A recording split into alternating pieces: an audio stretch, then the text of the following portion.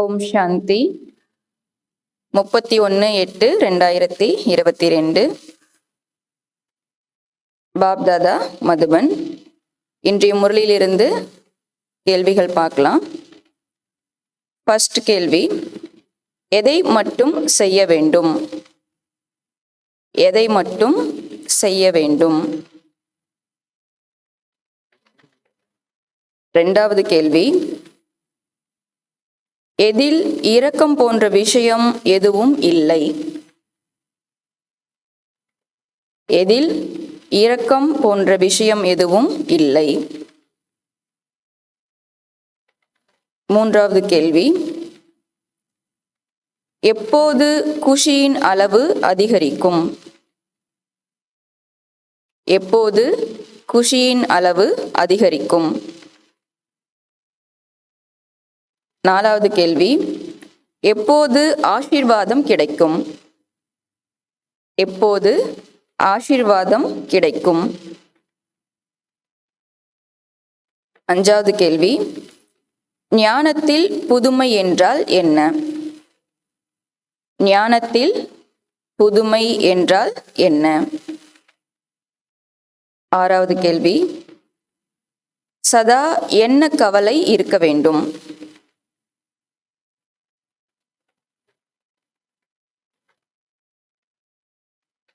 Filling the blanks. First, நீங்கள் dash ஆகையால் உங்களுக்கு டேஷ் கிடைக்கிறது. நீங்கள் டேஷ் ஆகையால் உங்களுக்கு டேஷ் கிடைக்கிறது.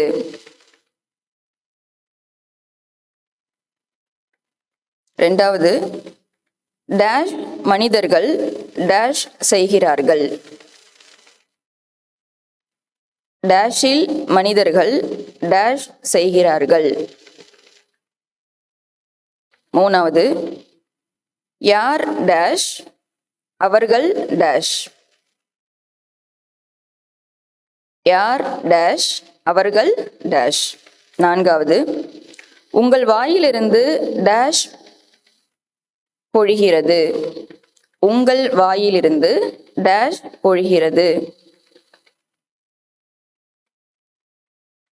அஞ்சாவது, டேஷ் தினமும் ஏதாவது ஒரு டேஷ் செய்யக்கூடிய டேஷ் ஆகுங்கள். டேஷ் தினமும் ஏதாவது ஒரு டேஷ் செய்யக்கூடிய டேஷ் ஆகுங்கள். ஆறாவது, டேஷ் தான் அனைத்தையும் விட பெரிய டேஷ் ஆகும். டேஷ் தான் அனைத்தையும் விட பெரிய டேஷ் ஆகும்.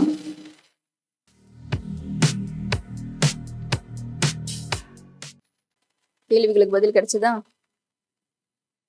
ஃபர்ஸ்ட் கேள்வி, எதை மட்டும் செய்ய வேண்டும்?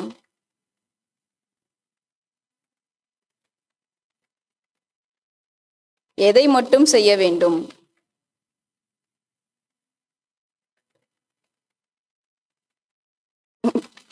கை கால்களினால் எதையும் செய்ய வேண்டியதில்லை.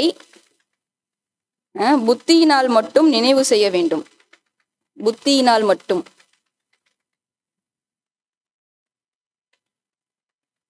சொன்னால எதுவும் சொல்ல வேண்டியதில்லை, கை கால்கள்லாம் எதுவும் நம்ம செய்ய வேண்டியதில்லை. புத்தியினால மட்டும் என்ன பண்ணணும்? நினைவு செய்யணும். ரெண்டாவது கேள்வி, எதில் இரக்கம் போன்ற விஷயம் எதுவும் இல்லை? சரி, இரக்கம் படிப்புல இரக்கத்தை கேட்கக்கூடாது. ஓகே, என்ன செய்யணும்? தந்தையை நினைவு செய்ய வேண்டும் மற்றும் சுயதரிசன சக்கரத்தை சுற்ற வேண்டும், தூய்மையாக வேண்டும். இதில் இரக்கம் போன்ற விஷயம் எதுவும் இல்லை. தந்தையை நினைக்கணும் மற்றும் சுயதரிசன சக்கரத்தை சுற்றணும், தூய்மையாகணும். இதுல இரக்கம் வேண்டுவதற்கு போன்ற விஷயம் எதுவும் இல்லை. மூணாவது கேள்வி, எப்போது குஷியின் அளவு அதிகரிக்கும்?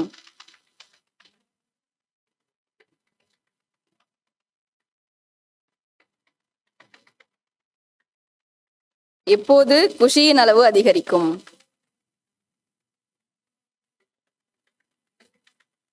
கொஞ்சம் எந்த அளவு தானும் தூய்மையாகி மற்றவர்களையும் தூய்மையாகி கொண்டே இருப்போமோ அப்போது குஷியின் அளவு அதிகரிக்கும்.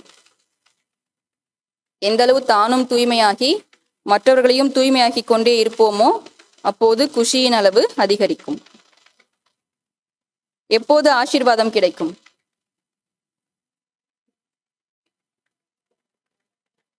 3 அடி நிலத்தில் ஹாஸ்பிட்டல் கம் யூனிவர்சிட்டி மருத்துவமனையை திறந்து வைத்தால் நிறைய பேருடைய ஆசீர்வாதம் கிடைக்கும்.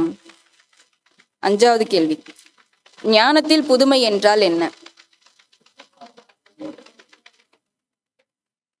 ஞானத்தில்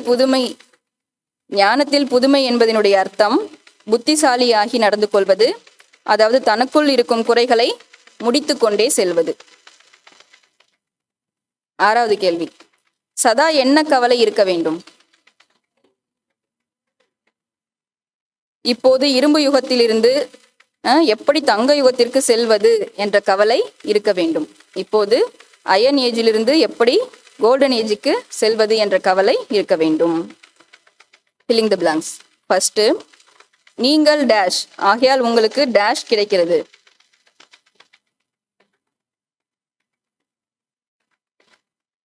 நீங்கள் ஆல்ரவுண்டர் ஆகையால் உங்களுக்கு முதலில் ஞானம் கிடைக்கிறது.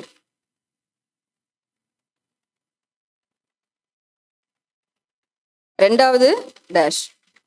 டேஷ் மனிதர்கள் டேஷ் செய்கிறார்கள். டேஷில் மனிதர்கள் டேஷ் செய்கிறார்கள். காரிருள் சூழ்ந்த இரவில் மனிதர்கள் கொடிய பாவங்கள் செய்கிறார்கள். 3வது, யார் டேஷ் அவர்கள் டேஷ். யார் செய்கிறார்களோ அவர்கள் அடைவார்கள். 4வது டேஷ், உங்கள் வாயிலிருந்து டேஷ் பொழிகிறது. ஞானம் மழையாக பொழிகிறது. ஞானம் மழையாக பொழிகிறது. 5வது, டேஷ் தினமும் ஏதாவது ஒரு டேஷ் செய்யக்கூடிய டேஷ் ஆகுங்கள்.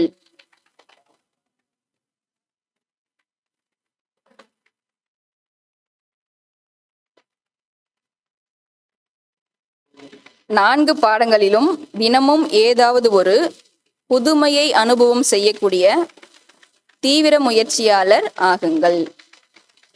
6வது, டேஷ் தான் அனைத்தையும் விட பெரிய டேஷ் ஆகும். தூய்மையின் அத்தாரிட்டி தான் அனைத்தையும் விட பெரிய பர்சனாலிட்டி ஆகும். தூய்மையின் அத்தாரிட்டி தான் அனைத்தையும் விட பெரிய பர்சனாலிட்டி ஆகும்.